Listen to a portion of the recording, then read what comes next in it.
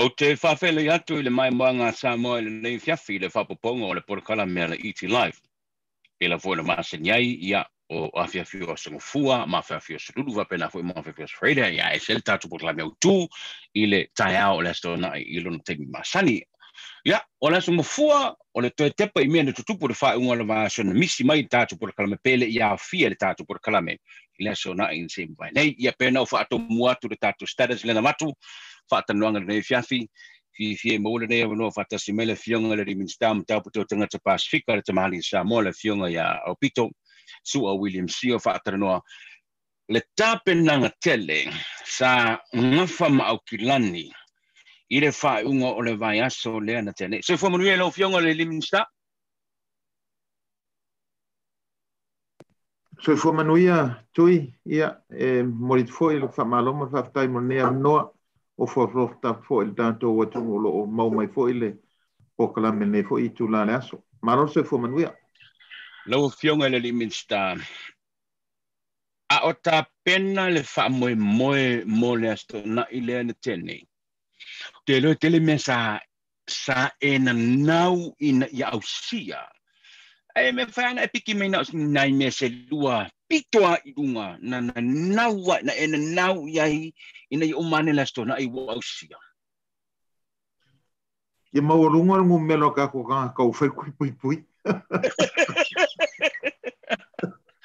ia pa wala nga ia orka ko na ausia la le ana ausia lo fa no te inga lo fianga le minsta le ai e mo mole to il fa malo mal fa ftai il tanto watu o le au te lenga ya New Zealand to e se lau tor sul wafe ia ele tasiaso o nei au kilani pe atu fantasi counties Manukau West Auckland Waitemata mai au kilani over malfasu wafe ia o mauli luasfulu tasi afe montupu o Pasifika au e se furu lua afe lua se lau fitfa ia tui na fai ia peta iane la a fa popolola ia o le ua usia New Zealand o le varsulima pasene o fai tui mumua a e ono sulima pasene ua mai a umatu e lua mo New Zealand au e sfulu a sanga le ngai lunga a mo ma e ono sulono pasene le ua ia tui mumua a fa su fa pasene o mauli ua mai a umatu e lua tātou la o se e valus fu pasene le ua mo ia le tui mumua a e lima suluiva pasene ua mai a tui e lua ia I tangata Pasifika lava ia I Aotearoa mai sfulua tausanga ngai lunga ia te aula se tala fia ai tono le lio leo tangata Pasifika mantua fo e numero tasi lava sa mo le numero tangata ia ai peta iane o fiti le sili wo oliva sfulu ia le tui mua ia o tātou le so atu iai matonga ia ai o I lalo tonga mato e lau o le lava mo mea so soani anga I lunga ia peta iane o kele vai ngu mela mulmuli o au kilani ia o le sa tamufai e lua sulima afe tangata Samoa le fai tui ai le amata le stona ia te aula o ke karikongu ai fe o loloanga I kangaka Samoa ia le mai atui You sounded disappointed la o fionga o ngai o le tui lea ia manko foi wo pau ale o le mele ko koe e pui mai e tātou atunu umel wha mai le o le wha mai foi sa ia le manatu o tau la lata ina ia maea I nei au kilani o tātou si o mia li te pesi al wha mai peita iane I numera ia e ali mai lava o le lava e wha penei le arawi lunga ia o nei fo ila lena mai ai fa maunga ia torsu tasi tangata lai il fale mai I au kilani torsu tasi le ua kinga ai ngal mai ia ai le ngā korsu kasi se full kasi Pasifika se full kasi mauli to ono papalangi to tolu Asia. Ai vai foi la ia, le fakulanga. O Asia le piko silinga maulunga la to tupipui. So o te ipalangi. Le winga la whankanga, o kasi leo pinge wha mau, i le ka ua le whainga tui pui pui. Ia, o le langona fo ile iai, a whaila vai le o lo nau le atunu i sa o loto, wa le mele ua vai aku iai, o le o mai ia ua lia ni mai ngei, o mai o le feo ai. E ui o le iai tapu masa le lapata inga vaenga tolu i au kilangi. Ia, o le tūlanga la na o le e pe take ngau ai lava e le mahe al tato ngaluanga e ui le manai o whainu mewa tato maua la stona ai le mahe al le leile ngaluanga se ilonga lava e tau te au sia se whainu mewa pito sili na maua lunga a wale pui pui ngal tato watu. Lau fionga le Liminster o u whaalongo ma o whaafonga le tunu ma le toa whainu me le ena tō lau ne lau fionga ai o mai le unga lau saunonga. E ia le mele o ko pole au piko. Le la kau sa ko le wo ko pole le ka ko Krismasi ma le meongo e pe aka ko le ia le faingu mela le toe le o mai e fai le tui. Toe ole onga ngei kwa uma mai le si fontama. Fa ilo mai fo ese tasio tamai longa le tato atu. E iai nisi o le tato atu e lau te whainga ruanga whaatasi. E mumuso e whail tui. E sau fesilia tu iai pe ma fua se a fa mai o talitonunga whaale lotu. Ia ngang o whakaakia whapena o oa. Ia mantua foi e ui lava le tau whai atu le malo le pui pui ngol tato atu. Ai iai foi tangata teila le vaenga le anta uan le tamalea. E nau i le lato aia awaini i whai atui. Ia te aula. O la u tarsanga le sa u tarsanga i le autalavou. E ona sa manatu fo i lele o le autalavou e to o tele i le vaenga le. Ia e peita i ane. O le ta umai, o le tangata matua. O le tangata matua e. Ia ke au fo i la. E o kele o popole kele i le au matutua le ongo su lima tau sanga ngai bunga. E ala no whaatulanga lai le lei whai numera ia ka ke vai ai. A le vaenga le ka ke popole iei. O i la tau lima sfuru tau sanga ngai lalo. Langa o le varsu wha pasene o tangata ia na mamai mai ina ua toi o so whai tātou i le amatango au kuso le sufitu. O le varsu wha pasene o tangata na mai e lalo i fo lima sfuru tau sanga. Usala o le vaenga nga o le e wha kelengese. Ia e ui da mankua foi o le sa tua te tala le so mua September i le amainga o whautuanga i whailotu i le autalo sulu lua tau sanga nga i le sulu ono, sulu fitu. A le lava sa kui a kulawa king palau foi ia whaile mai lava la matango le tau sanga foi le nte. A le o mai, o le wasaua nga i lunga whai numero o le autala vou lea, sfulu anga i sfulu iwa tausanga. A le vaenga lea i lalo i fole, le vale o le lua sfulu anga i le lima sfulu. O le wha kenengese. Au whaarongolonga tu lau forsanga malama lau whianga i le minsta. Ese mai i te tonunga whale e kalesia, so what else can we do? What? We don't know. That's why I'm asking. What else can we do? Yeah. O lesa o karkarangoa foi i whaalaptonga i tu maoti tātou providers. Ia le fionga vai a Dr. Ciro, Dr. Chan Mau, ia ma le malu whaalaptonga umangei. Ia i le luasurona miliona len te tala atu. Sa tarsanga mai e tu watu sa o tonga i ana tou. Mole soswani le tunu. I le lanku a koe sa o tonga i tupe nei, tupe malo e kaulavan ka ko account i ai fo i le office o tupe. Peita i ana, sa o tonga le mnao i ai. Ina ia tu watu le whaatanganga e laute sa iwi ai nisi a wala e. e como fai whako singa mai kanga kai whai kui. Ia leha langa, leha vai aku. O pei o waku vouchers. O vouchers I wharoloa, vouchers I pumping sing. Ia e ui foi lava, le sa mai le whai tionga fo ia nisi o le atunu, mai se papalangi fo I lava. Ia alaka ika mau. O le woka kamu whai e ku waku le sa lo tonga ia e ku sai fo maka ika ia le tatou community. Me ma mala to ia tau fato singa. A kongula o le walu sa mo mai lava kanga kai karikongu I le kui pui sili pui alo konfikia. Ba ko fa ko singa ngei le o sa wai isi. O kero popole la ka ika paule me ia wo mai fai kui. A o lela o koele si vaenga lea. O la ko karikongunga. Ia o isi foi wale maukong fa mai si whakarkali. O isi fa mai le ai wa whaiaku pai mai. Le kui lea. O le vaenga la lea, o le vaenga piko sini whawhainka. Ma le vaenga foi wa whamai ala ko o la ko mau. It is my right, my body, I decide. Paula ka ika kam whaiaku iai. A whai o karikonga whale kalesia.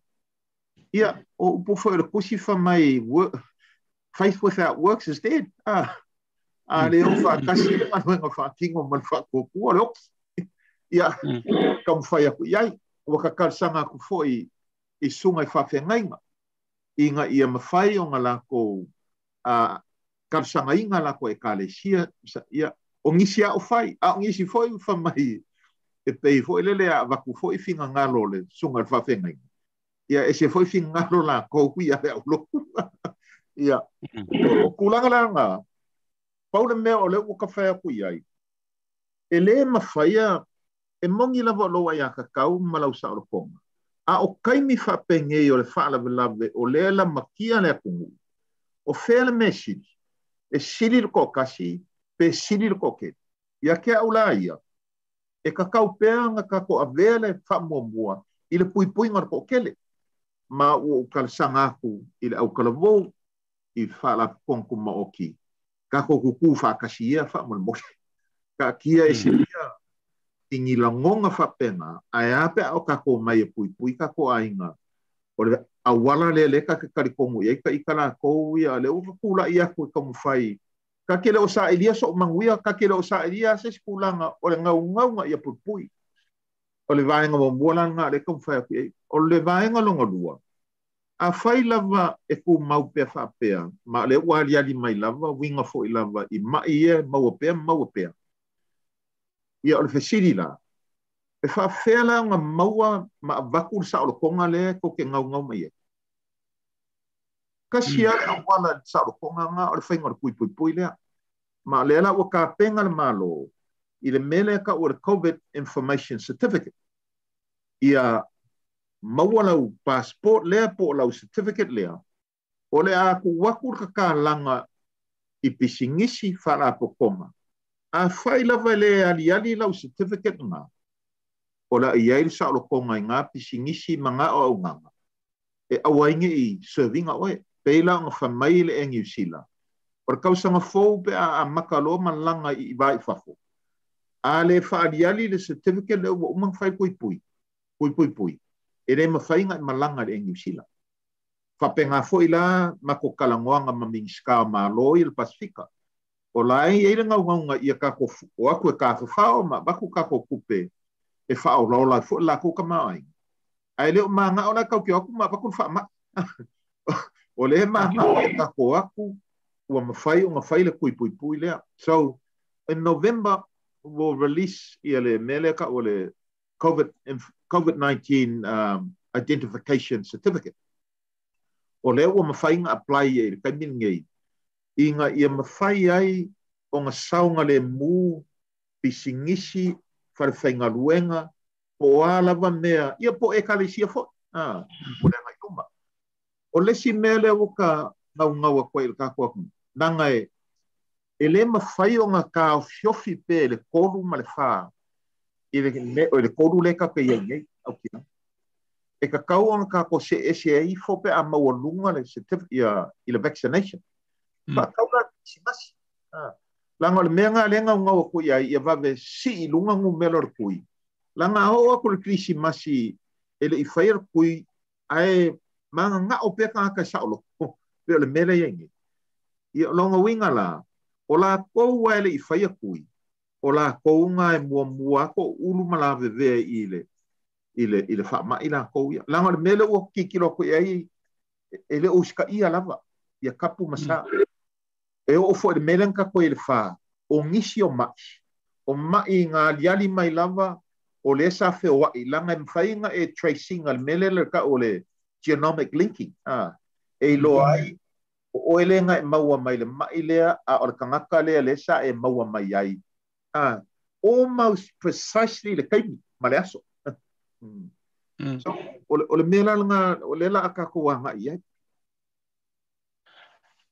toi foi mai tu asu ale ile mele na eta ua ia ole atau tata nei la ile right ia ole situ sa ole atau tata nei la ile right to tangata lotu malone tunga ai fa fele ia tata ole tangata ina ia saunga le mu fo ia mai le pisial fama ia ila to ele fa tainga la a ngela la fa nga ula o mo foi tu pu te lo kamisi le koris ai ona le fa na ole se ele fina tu pu no fa tasi mala fa na ole that's not fair yo a foi ia si la foi la por como fainga na fa pa nengi langa e ye langa ka anga fo el malosi ale maloi el mer fa malosia langa ye le bill of rights legislation e mafainga ma ko fa malosia isi va nga pelo fenga luenga malo i border fa ma o le wa ku fo fa ko ngunga yo o aku la sufa novema o faia onga umaya onga ka un faina ko pui fa kaula langa o kamaki e suka si la ro kausanga o le i maur fa kanga nga faile kui ya la konga fa kaula ia pui kamaki ya si sila o e tui o le sa e le fa ali marike ke o faia onga ia o le fo ila va ku le fa malo si fa penga ia healthcare workers a le foi fa ali mai le ke e fo ia angisia la ufainga luenga fo i healthcare workers ia e ala langa mafai o nga mako fa malo sia vaenga ngi o nga o le pui nga o kanga kai o nga la makia kanga kama mai maka mai kila ai le o mafai o nga mako fa fa la wekele o nga o le bill of rights a o le mele o kalkalango mai pisingisi ma la ufainga luenga o le e le popole nga fo la ufainga a pisingisi i la ko kanga ka fa au fainga wenga o le sa ma ko nga lua fo inga ia fo ko inga la au fainga wenga fai kui le na sao ia fo ma i fo ima ma au nurses e fai ai o kui ma fai ele songa me fa pena ia e peka yangi o le o a makan ka kalngo mai le company o nga luenga fo ele which public facing so kai manga o le la ko nga la ko ia fa malosia fai o kui o me ia ia mela nga o la ka oko kulava i le au fai pisingisi langa e kali kongu uma le lalo langi e kali kongu uma lalo langi ma au sainkisi ma fo mai i le ka ua o le kuiringe i mo le pui nga maringi fa mai langa o lele i ese fo ele le kape ai i le kaiminge ia a le fo ua liani mai isi ia a fianga o le ma a kongu e fo ele fa fonga le ngu be aka fa pe aku o le long covid lesi a fianga le mai le wani ani mai ai le mai a yesu so enga fo isankisi o le long covid o kangaka sa mau le mai e foringa mai e umia a fianga o le mai lea o le foringa mai wa se sela i va e umia ku le kaimi kwa ke ese akwai ai le o maki ngofo i pe ke ese langa la nga e ke le afianga le mai langa manko fo e fo le fa mai o le la fai e so enga a fo mai ma sainkis ia ai peila o ka ko i le lalo langi a ko o la wale ma fai nga la ko ka pe inga le i le fa mai o foringa foi langa le wadi ali mai aka ko kalwe lava i kangaka ia peila o le la aka ko se la so valaile la sa ngei o le afufonga koe le fionga le palemia. Ia lesi whainga fou e ka kauang ka ko wanga i ai. Pe a saunga le mu me uma masi kia lunga mu mela o kui pui pui. O le si me manino le na whamamamela o fionga le minister. O le tāpuni puni o whio inga o tātou I tonu ala ri o leo tangata pasi. Whapena foi ma le tātou o tunu. I'm sure la wei ngau ma le kako inga ia ka kala le pora. E ase jato ta par o lo whaatari mai le whainga lea ma le whainu mena lea tātou ni sile eni ia ma kuale lea lunga le whainu mena o tātou whai tui, ia? Ia. A foi o le kaungu mai le waa ale e mai ele RC waka. Wa umanga saingi ia le whenga inga la kou ia New Zealand Samoa. E ka kala ele quarantine free border le sau mai Samoa ngei. Ko le se fa mai Samoa. Le la wa ave fa mo mo le RC waka. A faila vai saunga le mu. Ia o le a kam failo kala kala fo I mai la kou ia o I ngei. Ai paula var ko unga le abaku. O le sa fa pea o ngala amakanga la o la sa muri le whainga o kui Samoa. Le la whea kuai e malanga mai kanga ka o mai alang kui momua. Ia peka yange la o le wo o Samoa le iwa su koru pasenger kui momua. Ia a kongu la mole lumangai e ka kaulong whai umakui e lua sa wai. Langa o November le aso mua November. O le ua umale le whelo inga le whai unga al malo. La so mua November so sesi e fia malanga mai I New Zealand. E leo se kanga ka sikisengi o New Zealand. E ka kaunga wha maungia o saua mai ang kui e lua. Oh, okay. Ile whai a mata atu la so mua November. A so mua November. All non-citizens who are allowed to come in must be fully vaccinated. Okay. No matter, regardless the reason why we're malanga mai New Zealand. Malo, whaftai. Au pito, si mesa wha kalanga walenga ka inga kuri apule au fefe fai kui male a fai fea mamalu wale atunu o le ala to pisi nisi wa matua fia ile lockdown nei o wha wau pere so swanya na malo. Ioe, wha wau pere I ngei ile level 3 le iai o lenga mafo le fongo ngei. O loko e alu le miska fo o tupe la tau ia to e tā penga mai. Ia le si fuafuanga fo I mo le whao winga langa le fōringa mai. Ile extension le ua waku mo le lua vai aso ngei au kilangi. A whai o umale ngei lua vai aso au kilangi e fōringa lava o arwaru pe lunga mai. O longa winga. Wa le mawhai alanga ko kao fia le pipisi al wha mai. Paulola le me kau ke ave il wha moe. O le whainga le pui lea. Ia mangkua fwoi oe tui. Pea mo ka whai aku, kalkalongo aku fwoi ngisi o ka maa le ka kua, ngu masunga whawhenga inga. Po lea le langonga la oi le aku ngu. O le la koukala, mo mia le aku ngu wava ngoa fea sia iai. Feo fofua I mkapa I a siasi makua mwhangau. Au kalongo fwoi la lau whenga luenga. Langonga fwoi ngā. O kalangoa fwoi lau whai pisingisi. O langonga fwoi ngā lau whai pisingisi. Mo mia le kakala o le kamawa inga. Ia, o le malo fwoi e tui. E wha moe fwoi le malo I le wha sosoa ko tupe I makanga luenga se awala ko ngā luenga pui ngā letu. Wha moe le kamawa inga o pisingisi. Kamawa inga lau whainga luenga lau kongi la fonga ma. E sau se kaimi ngaka le kamo whainga le malo. Ai avaku loa I le akungu. I le kaimi ngeo le whai fua uma me uma. A le kupe le e alu le vai aso. I le level 3 au kilangi ma level 2 o New Zealand koa. Ova ma le lua se lau 5 milion al vai aso. Ia ka ikala, ele ngā whakau lima inga le akungu, wha wau pe al mea ngā, a le ka fiofi pisingisi, ka fiofi pulanga whapenga. Le kamawa inga. O le mera ngā la sovalaile. O le afufonga ko le fionga al pale mia, ia le swinga le la aka ko kawanga iai. Ia ma le wha moe e kuwaku se kaimi. Ia si ia I lunga whainga pui a le akungu. Ai mangingo le lei Ao aku kai me po laka kisimasi. E kakala I lor sa lo konga la ko uia o ka mawa inga male kongu. A whaia o aku ngā kai me o loo whakamala pela ko le whaingo kui. Ia e elo karikongunga. O le apa ula vai ka ngaka ia langa wa ngakal malosia. Wa ka le oi loa wo oi mo siwa vo ie ka ke makamuli lava ai whai lava. O ka mawhai. Wo mawhoi ngoka karu sanga yo uswa mingska mai lalo konga o konga tu wanu mawhiki. E mai se la ko whaukuanga I ngei.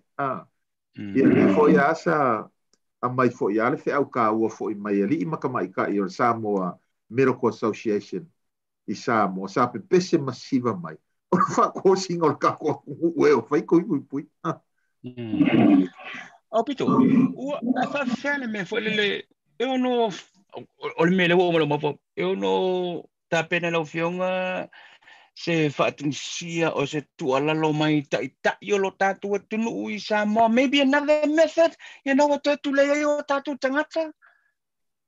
Ka pe o tulanga la se sai sa fono ele ngata o tai o ekalesia tatu o tunu fa pena foi e o veam faurunga fa la tonga tu maoti ia Pacific Health Providers ia e o le autalavo o le lava sa tu atu lava ele tu alalo o le lava le mem fain to faia ia taru sanga ina tatu atu I le fainga fata o tu pui ia a fai fo o ame mo miel soswani ina ia soswani tu ele malo e fatino le fainga ngaluanga ia le lava o mea kau kupe o mea kau soka ina ele o le lava sa ka fai lava e vaku iai ia e peta iane I le vaenga lea e ei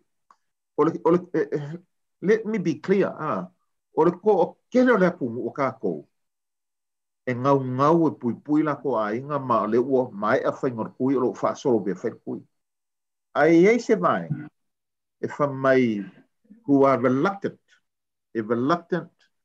o ngo la ko a kar kongu ai a kakau kar kongu fa le karesia kar kongu nga fa mai o lae le lei ala ko pui ngo la ko ia e ei le si vai e popole pe e kar kongu e fa se ngofie fa mai o fa longo I le fo mai lea mai Afrika fo mai Amerika fo mai Australia nga fa pe ali la ko fa ngale fa mai a kui wa mau se wa me I le kau au kar kongo fa penga o kanga kala ia o leo ke kar kongo ia wa ka fa ku foi I le au kalavo fo mai le au kalavo sports people pe feran ka ko fa ko singa mai ia avakule confidence fa loko kele ngi kangaka au nge I fefe vale pe balai foi le nga maka mai foi la fionga konsula ma ungi fa mo ma wa mo kui anga ma ku ma ke mari wai ma liu ia saunga le mu uma voi ko foi la ko singa ia fa sa la foi la unga vai kom singa ia ele uma ila tui la kam fai pea ai pe le nganga le ka ke kam fai e mon moria e sau se kaibi ngakal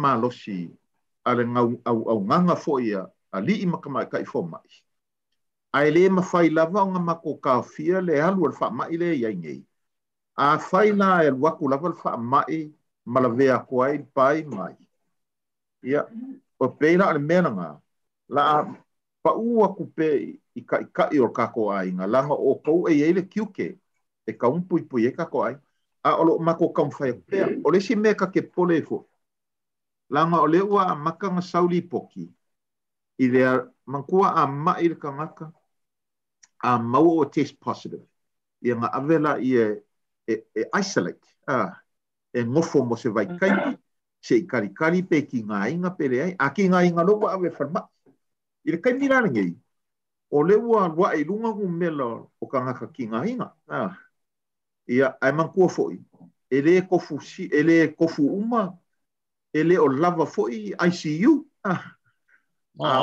okay langa o le foi e iska ko mai O le isi mai whaku, isi mai o le ka oko. Kulang whapenga. A whaila e o aku, kam whainga, kasi ngā mafu anga e ala, inga mako ngau ia, si ilunga ngu mela whaikui pui pui. Ia awa inga i ko o kele ngisi e la vevea mai mai ki ngā inga ma wakul whanmai. Wa ane mere ngā kupu i whiki. O whaaku ia whare iei i loko al whanmai. Ua le lava ia mea fo ia ventilators. Masingi whamai. Ia o le mako wa ia fo ia kungu i whafu. O le mea ngā le sa kupu i kero isi aku i le mauolunga pui pui pui. Le ngā la vevea ua le lava ventilation. Le lava ventilation. Ua le se mea whamanga vai ngai le ka. Ia e ala ngenga umihi ngai iei le si vaenga le kokongo le ICU.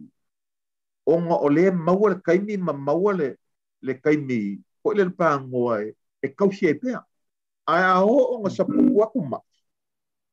E kakaunga whai fuku ngai.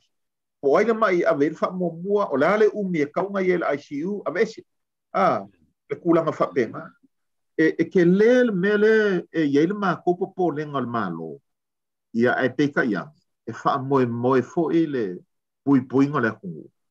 I le mawhai le kungu o ngā whai e la kou lava i unga le lei mo le pui pui ngā la kou lava i. Au pito le mele sa tupu le stona e toi wha wau le stona i nei? O le si ka penga ku iai tui ba o au kilani le e te tauna mātou ngā lulu e pe mo le si ia i runga o whai numero tui. A o wha so sol mangtua o le whainka fo o le ia kapu fo i masai i. Ia le si vai ngale tunu ia o lai ele sa o tonga la tau ia tam whai atu iai. A o ngei lai au kilangi o le se ki kilo iai. E langa le ngako le kui. A le kam whainga fo i prepare ia le makanga luenga so i fua maraloinga ia ready le system. Nge me ange o koe oso mai se si oso whainga o kākou. Ia pe o mea umanga e le kasi se mea. A e kele mau mea o ke vai aku fo i male lofa. I si vaenga le whaakingoa ngā luenga kākou wa providers. Ia mungi ale loko ke kele a ngai fo ma ima ma le au kausima. A le ka ke vai aku a le lava. Wa iwa va, whakingonga ngā luenga. Ai leo lava fo i kako au whainga luenga. Sa kapa aku fo i karaiskeke mai hia ai. Pe iei ngisi o au nurses e i loa whasa mo se i o mai. Ia e peka iang, ka kere ki o fo i. A whai o lae e manu la kou ia masao ngā re mu i karaiskeke. O lea mea ke e ua mai fua i ngei. E vavai fo i la kou whangau la iki ma la kou mākua. Pera le kulanga nga le se ko e felo e pe ngi vai aso fa ya ku fa sa longa pa mi la so le ile system fo ka nga ai seki ngai singi po le ane ka ko le ngumela ka ko sa ilia ia ma ko e fa ya ko lo ni si fa ngala ko ia o le ngau le ya kai ka langa le ngau fo nga o le ku lalo mai pele ku pe ma fa nga ka ko sa lo ko ki si mas Ioe. Le mo ko ia piko sei kali le me se kali ro nga fesidi. Ole la ka ke fea pu. Ioe. E ma fai ka ko sa lo ko ki si masi be ka ko wanga i ma fai ka ko kui ai a fai foila. E seki aku ka ko singi le. Pa pe ia ka ko maua le iwa se fulu po le ala ngu mela e ioe fo ia ma mai fo kwanga. Ia o aku por fa ingo novema ua si kia ingo mela ngei ka kala rosa o konga e ate sema. O le mera le ka ke pole ei. O ku fesili. E kau ke a o aku lava ele i au sia fa ingo mela lea. Pe au sia foi a la eko o kele isi ele i fai aku i pui pui. Ka kala loa. Ia o le mera nga le ka ke popore e ka ikara kou ia. Ai mai se la kou ia. Ai o ke mga ku foi. Langa ele four ka ko kam fai aku ia. Ka ke mga ku foi la. O se kulanga kalfea ngai ea le ka ofiofi o le sao konga le akungu ma pisingisi ma mea uma whapenga. Onga o le maa o loko le si vaenga le po le karikongo le si vaenga. Ia pela o mai mea ngā ole e mau ke o le whala au mawhangei ma kou whela fulapua inga ia i kūlanga na. Nalo, whaaftei lau whianga le minista. Pei se stulanga tifia sa no e ma whai wele tā whatanonga ne whia whila o viong. Le ai, o le alama se mea fo i lava mwhainko so soangi mai ai i le lui pea ma longo pea il tātua tumu ka wakele inga ia maweka ko sa lo konga le kismas. Nalo, whaaftei. Te le whaaftei mo whatanonga ne whia whase whia whianga le minista. O le whianga ele le minista ma tau puta tangata Pasifika. Pei ona whaafonga mai le tātua tunu. Mea konga le lengo whakwai. O te musu te le e avele mata opune mo o le tūlanga wholele ua whai se tūlanga whatawanau. Ai le lei peo na avatu pea le tūlanga o le tualalo i lo tātua tunu. Ina ia mainino, le lau e whafonga mai. Le usau no mai le fionga i le minsta mata o tangata Pasifika. O le tāpenanga lea, o le si skepu lea, le o le au i eil malo. E fato a e lo lava la le tua patatua o lo musu e whailo tui ona mo mua o le taltanunga le ka le sia po se wha makalanga se si uwhea kuia fato a e loa la le wha le tunuma le matu iao le na whae unga pe ao lo le temi e a mata e lo na tau taratala ma palasi lo le samala i le ulu o le whao ona i lo le tūlanga le manuia o le whai o le tui, mo le puipuinga o tātou uma o loo i New Zealand nei. Le usau nom whamanino le fionga i le minsta. I have a feeling, o le mea le wa koe kua fo i le aurka mai kai pāre mi e ka au, fima le whaasara longa malo, le nga whai ngele, tā o le whāne le fiafi. Toi whaawau le silua vai aso, mo tātou au kilani. Eo ia o no le ae, e pa o ale le ngila i le vao le limas food, fast food, so le course food, pa o ale ngila le ngā. But still, e leo se whainu mela e matua loto tele e le malo. I'm getting the feeling, o le koe whaapoponga o le si rua vai aso le, stale, lau kala mele sa au sele mkwakale le vā. O le mele e ei sele ua, leo ka fiakangi e a ua le ngio koloi maka. I le me leo ai ei nei, but tātou whamalos. Tātou whamalos. Tātou no umalawa. Peo no whai atu fo i vasilente, le malas tanai. Come Christmas. Tātou te mana na umalawa ina ia vala ulio, tātou ai ngai o mai ri whailo to ina mara lo matua e whai to tele ai nā tātou kisimasi. E au noma se toe pā pui pui. Tātou te fio umama ave o tātou ai ngai le mata whanga ina wata tala. Ono o tātou i ai le whaingo le tui, i le teimore Kirsimasi. A wai ka lo whai a kako, ai le koe ma mururu i le vai o le malo Amerika awhi le kua i kaimini i le mele. O le mea matau tia la nai o no e tātou Kirsimasi. O le kako sum whapea i le Kirsimasi. Sum whapea i le Kirsimasi. O whalongo i le whaunga le vaselente nina o mai se tala i a tea un. O toi sauninga o i lātou, o le tātou atunu lau tala no toi. Ua maari ni ono o le ngasinga Serkovic. Ua le ma whaun whaatasi le ainga. Ua le ma whaun a wai le ainga. Na mau a le tala ua maari ni. And that's it. E le toi ma whaina toi whiwaia. Ono o le sawa i o le whama. Ia wha mai se le anganga o le tua. Ma whana i ainga. Wo o ia le tala whaavau lea. O e pele ia o tōu.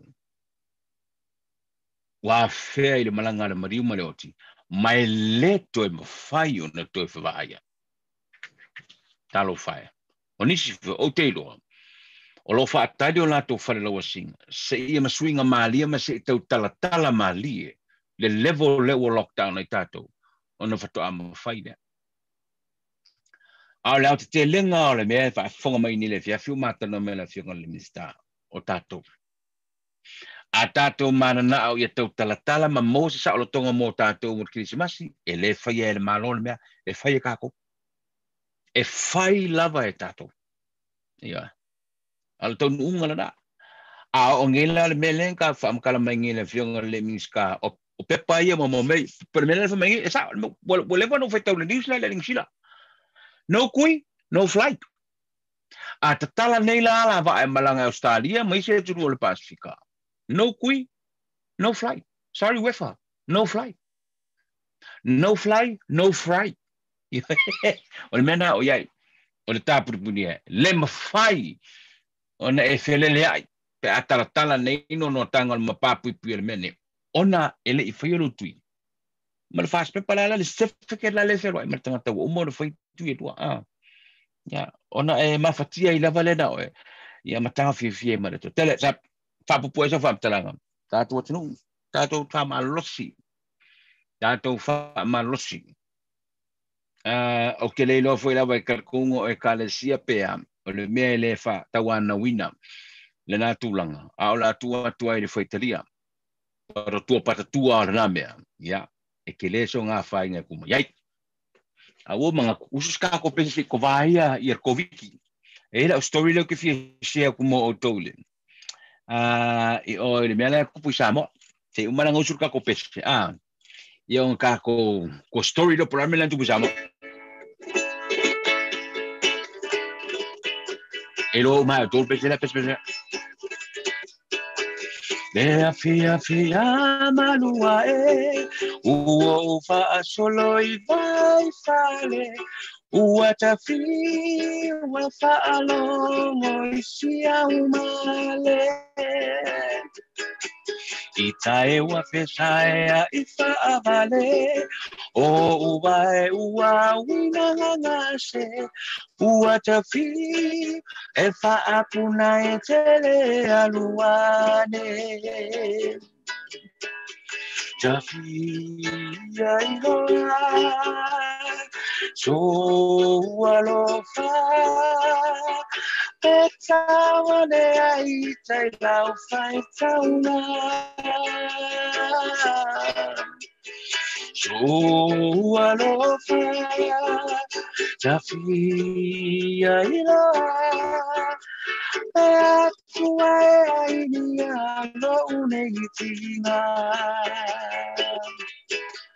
awe itae te abalea ia oe dia le manamea aele ilo maite pa apefea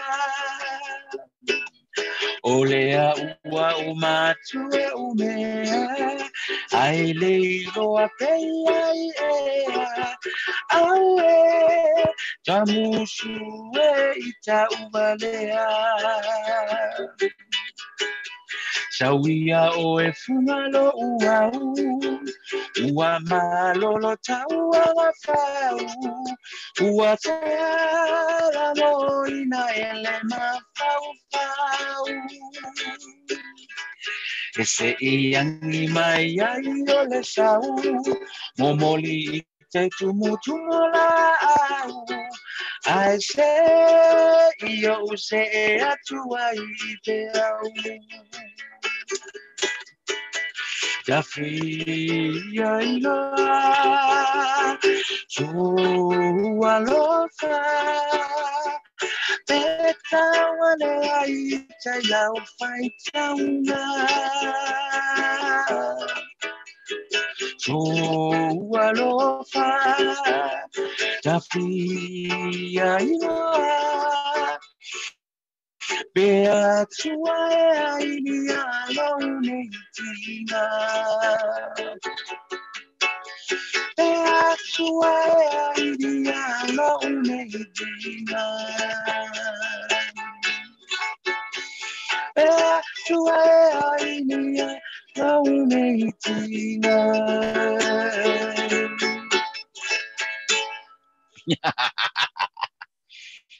Ai opo fai upu manga pese wa uswa ke fu misi ke o se fai upu se pese ke fu o so mas but that's all right afai upu ye ke o se fai upu pese ya la metele musu mai mata o mai atia ua ola so na fa te atua I uma lava me alofa mo o tō e tō se furu. Sa manu malo i whapitoa la fionga a Tangaloa fia manase ma le company a le LJ Hooker.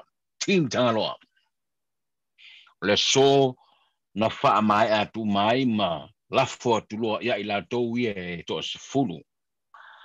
Wa umaa o na longo te foi. Ia o tō fionga o tō mai umanu malo.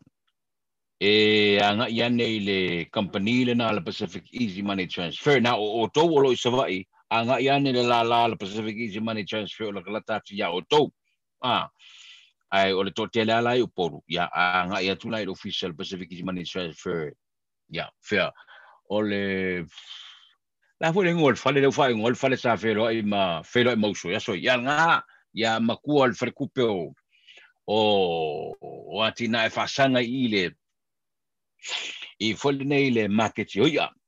So nala o matu. A ole me mari. E o mai ia ile so. O le ngia kala fo me aswa fo kanga ka se ile. Fa mole. O pinito. O finish. O finish. Le ko va o le ko fe se me. Ah. La ngai o ile so. O le act sen mai ya. Misalo ila to le foto a mata. Ile prokala meno na a o le veno o tapuni. I leto e whaatanga ina foi se suafa to me. Wa umar se. Wa umar na whaid whaunga. Wa maua to sfruman malo. O le so na tufa toia la to se le lianga. I ta oa tangata ia. So e awala to e mamafa foi lo mau folu tom foi e sen mailo suafa. Wa leise mea. Wa uma. Pinito. Wa umar ka kukauwa. Se tato to e whaatatari. Po a whea koe. Ia ai tato. E se mea o. Tapena mo le whaunga. Sanga. So le whasa silanga ta ua na. Ala me le o fa longa tune ia isa le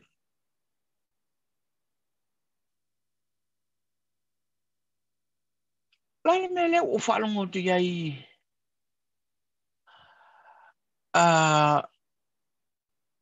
ala fa tau toina le foi le o filia mo le foi le tusi o le fono a foi tu la fono.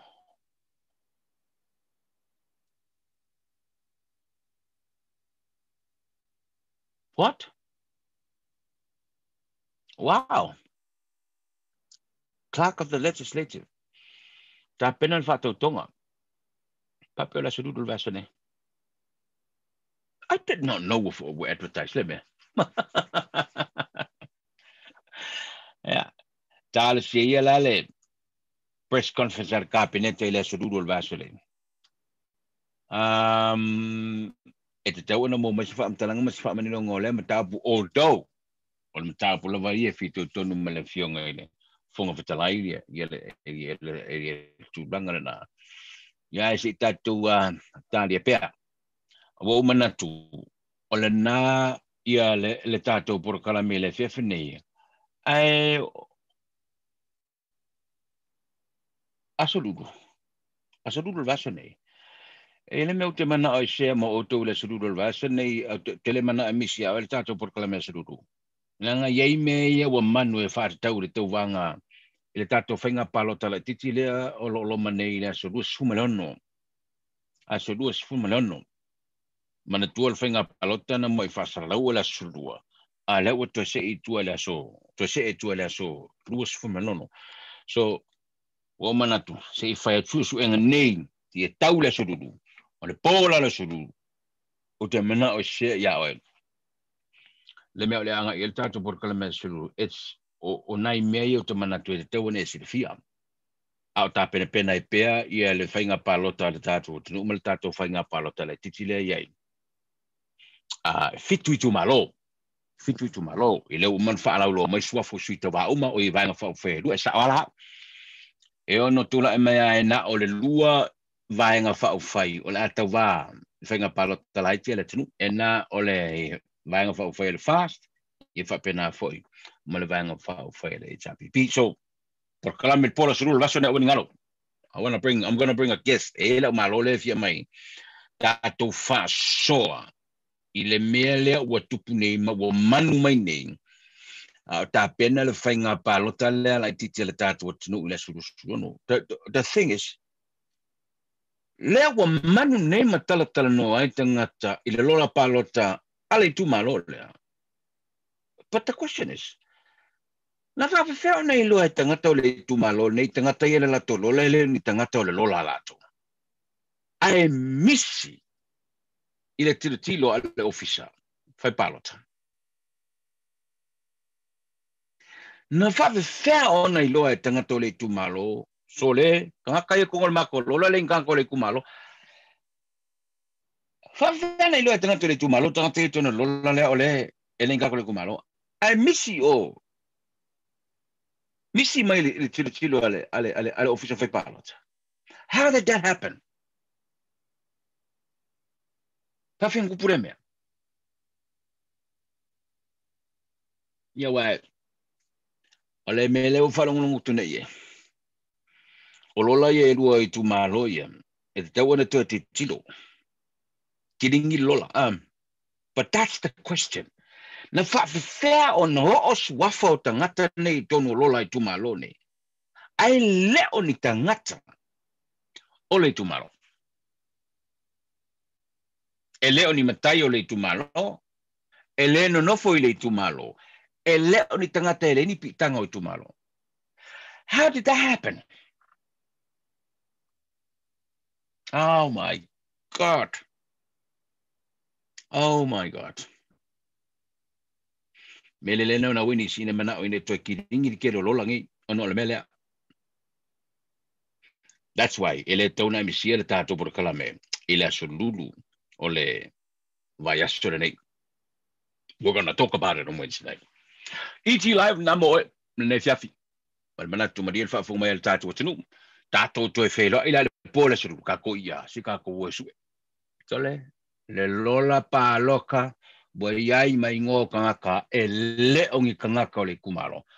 Ala se tupuri fai palo. Fa fenga le mo. ET Live namo ne fiafi. Tato felo ila suru so fosa mo mai e manuia ne fiafi. Good night.